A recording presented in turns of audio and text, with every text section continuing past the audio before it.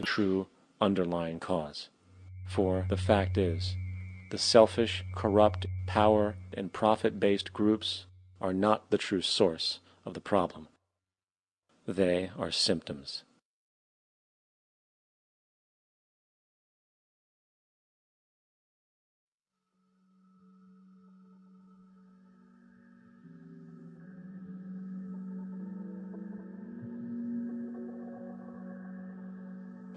My name is Jock Fresco.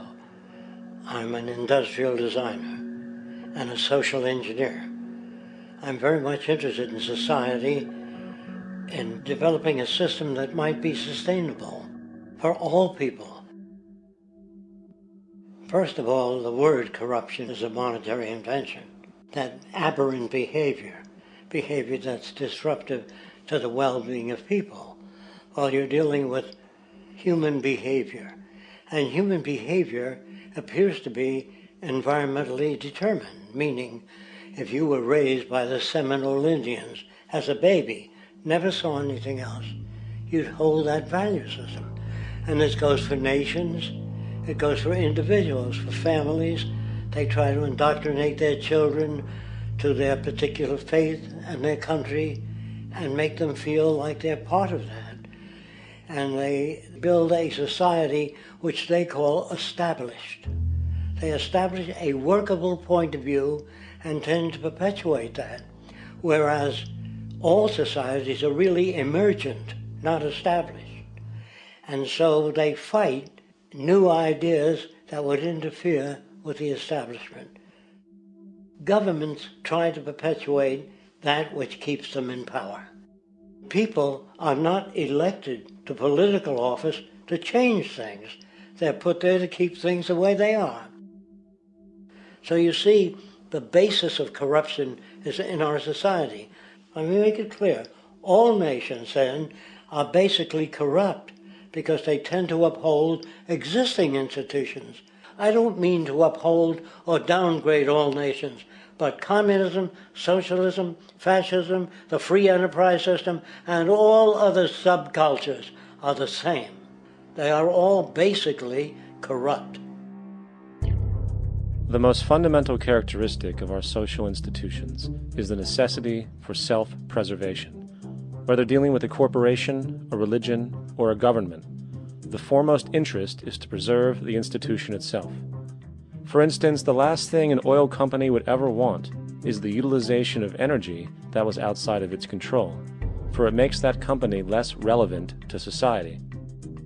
Likewise, the Cold War and the collapse of the Soviet Union was, in reality, a way to preserve and perpetuate the established economic and global hegemony of the United States. Similarly, religions condition people to feel guilty for natural inclinations, each claiming to offer the only path to forgiveness and salvation. At the heart of this institutional self-preservation lies the monetary system, for it is money that provides the means for power and survival. Therefore, just as a poor person might be forced to steal in order to survive, it is a natural inclination to do whatever is needed to continue an institution's profitability. This makes it inherently difficult for profit-based institutions to change, for it puts in jeopardy not only the survival of large groups of people, but also the coveted materialistic lifestyles associated with affluence and power. Therefore, the paralyzing necessity to preserve an institution, regardless of its social relevance, is largely rooted in the need for money or profit.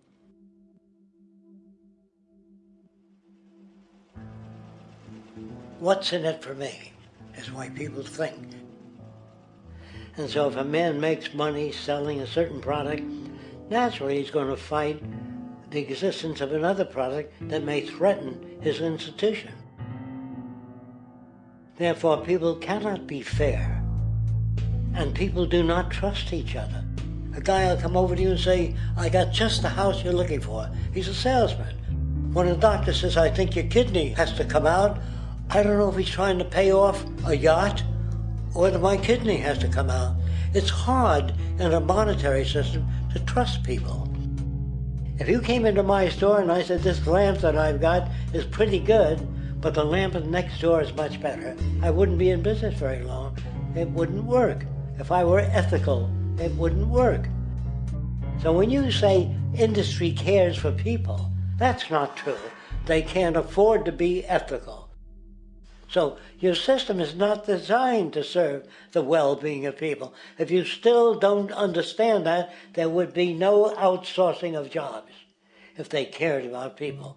Industry does not care. They only hire people because it hasn't been automated yet. So don't talk about decency and ethics. We cannot afford it and remain in business. It is important to point out that regardless of the social system, whether fascist, socialist, capitalist, or communist, the underlying mechanism is still money, labor, and competition. Communist China is no less capitalistic than the United States.